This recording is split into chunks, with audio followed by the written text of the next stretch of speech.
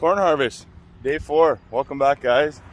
Now that we got that mess behind us, if you haven't seen what happened in the last video, go check it out. It's quite the doozy. But we're gonna start the dryer up this morning. We're not gonna start the burner. We're actually gonna transfer that corn that was on the ground. We put it in our wet tank, so we're gonna transfer it. It's already dry, back into a bin.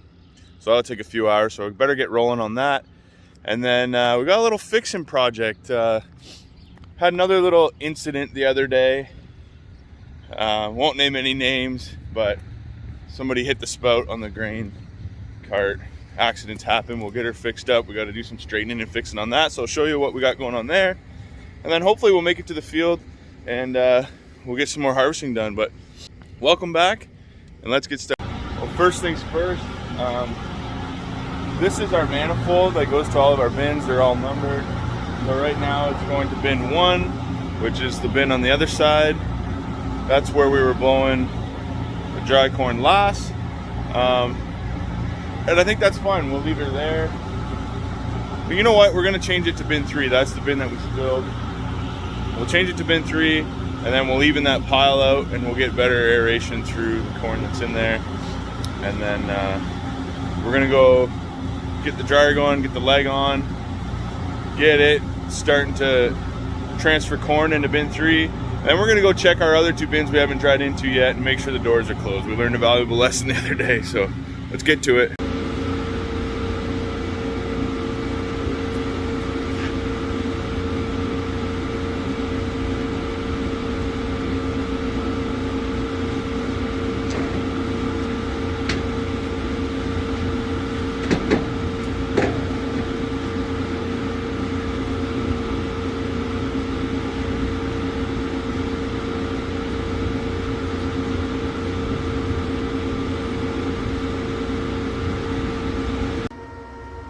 Okay, so now we gotta wait and make sure that the dryer's full. And I just heard the unload kick off, so we know that the dryer's full. All right, now let's go to unload, get it going.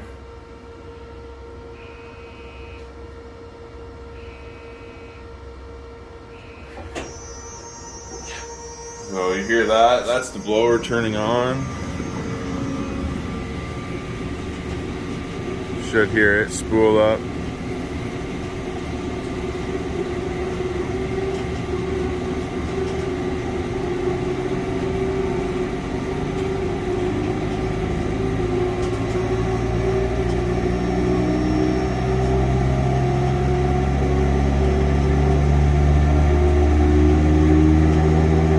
Hear it coming to life, and there's a 27-second delay before this drag in the bottom of the dryer starts unloading, just to make sure that blower gets full speed and we don't choke it out and plug it.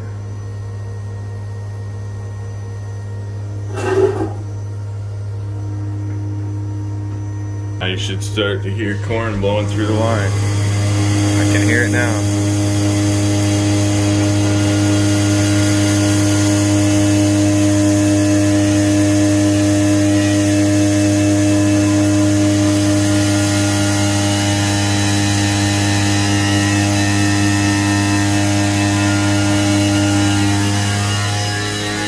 So there we go. Once that gets blown a bit, I got the unload speed set to 20%. I'm gonna kick it up to 30 and then to 40, and we'll run her there. That seems to be about max with dry corn. It's probably actually doing more like, I don't know, 50 or 60%. So there we go. And then we'll kick this up to 40.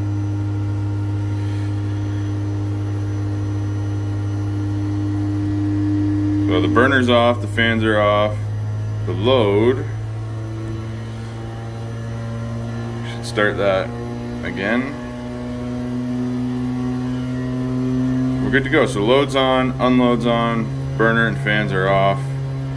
And it'll tell you what the incoming is. It might be a little wet right now, just because that takes a second to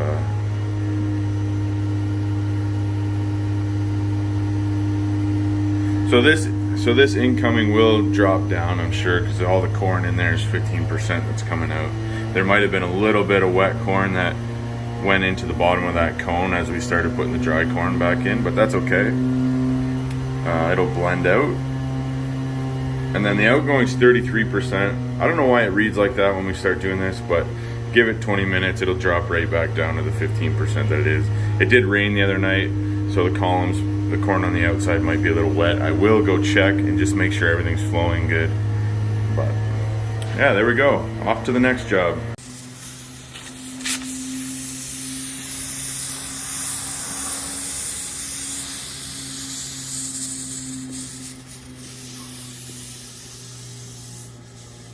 So we had a little boo-boo with this spout. That piece he's heating there was bent right around with this attached to it. This section surprisingly is okay, still moves fine. Must have caught that on something.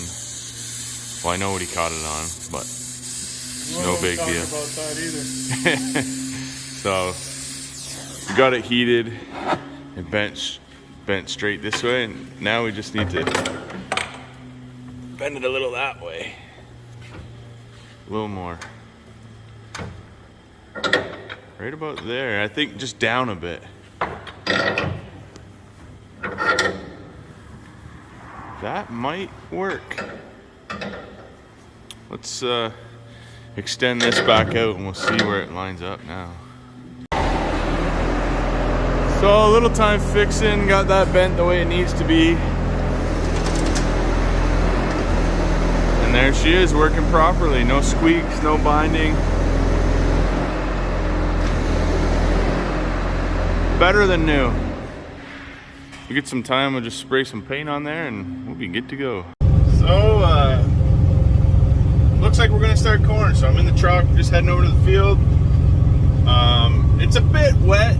It's a sandy farm, so it should be okay. And we have a nice yard to park the trucks in at my uncle's there, so I think it should be good. We'll get some stuff moved over there and we'll start picking. So we're transferring this dry corn into the other bin. It's running through the dryer. I told you this number will start going down. So it says 16.1. I pulled the sample. I'm just gonna check it real quick and see where it's actually at. It's cold now. Nice quality though. Really nice quality, not a lot of fines in this.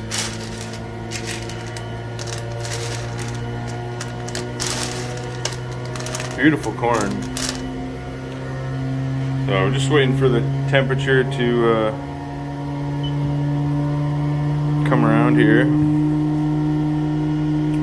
It's saying 13 degrees, so we'll get it tested and at least we'll have kind of a gauge of where we're at with the corn we dried the last couple days. So see if we're doing it right or not.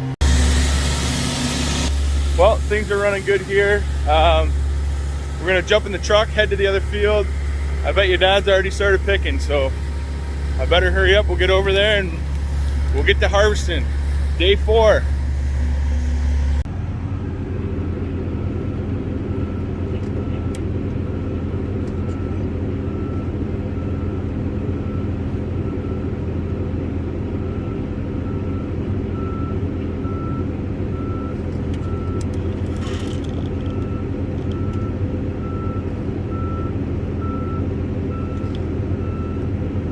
There we go, we're rolling.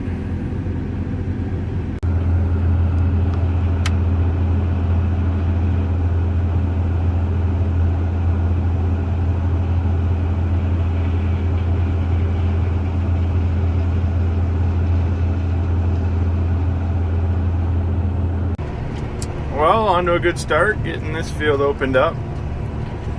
Kind of a windy, cool path through here. There's a nice bush here. And a deer in its natural habitat. So here's another quick way to tell when you're combining if you're not doing a very good job. Look in the standing rows next to where you just harvested. We see all those kernels of corn in there. You can kind of see them. There's there. That's too many. If they're getting over that far, they're blowing out the back. I was just looking at the sample in the truck. It's way too clean. So you want a little bit of chaff, I would say, just so you know that you're getting all the corn. If there's no chaff or corn cob in your sample, you're probably going to be blowing a bit out the back like that. So just a little tip. If you guys have ways you guys like to tell, put it down in the comments and let us know. I'm always looking to learn some new tips and tricks when it comes to harvesting.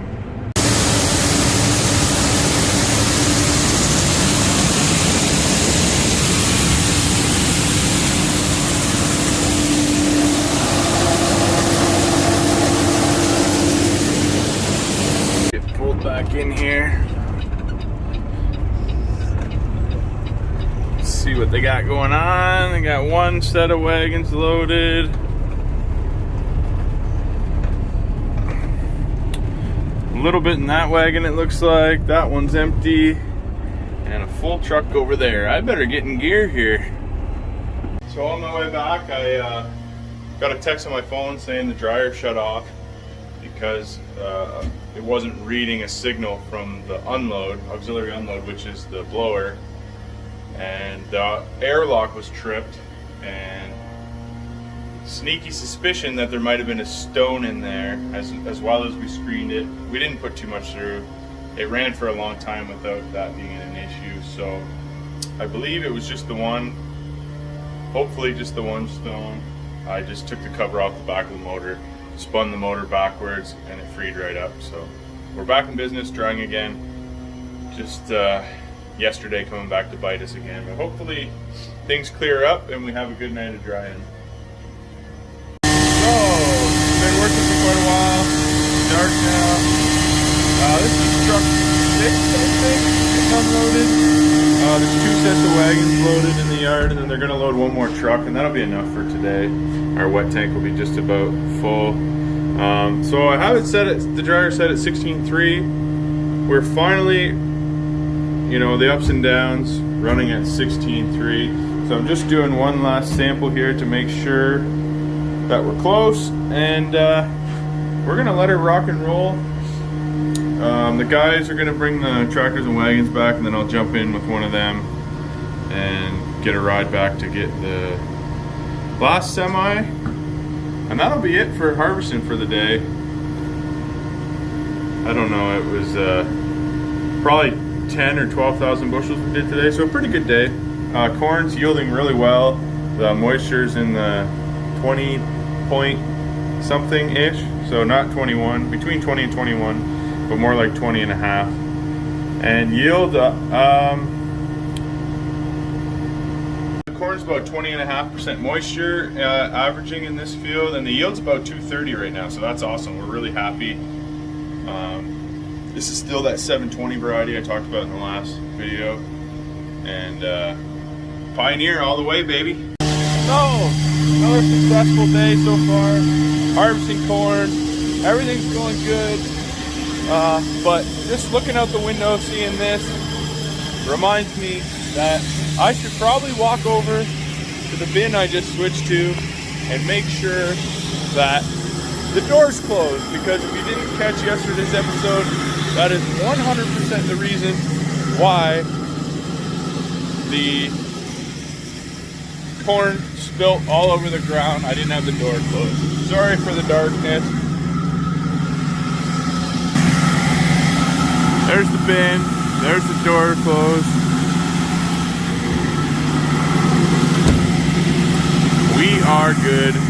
We are golden, but it's just before midnight now. It's getting pretty late. Feeling pretty confident in the dryer. Things are running the way they should be.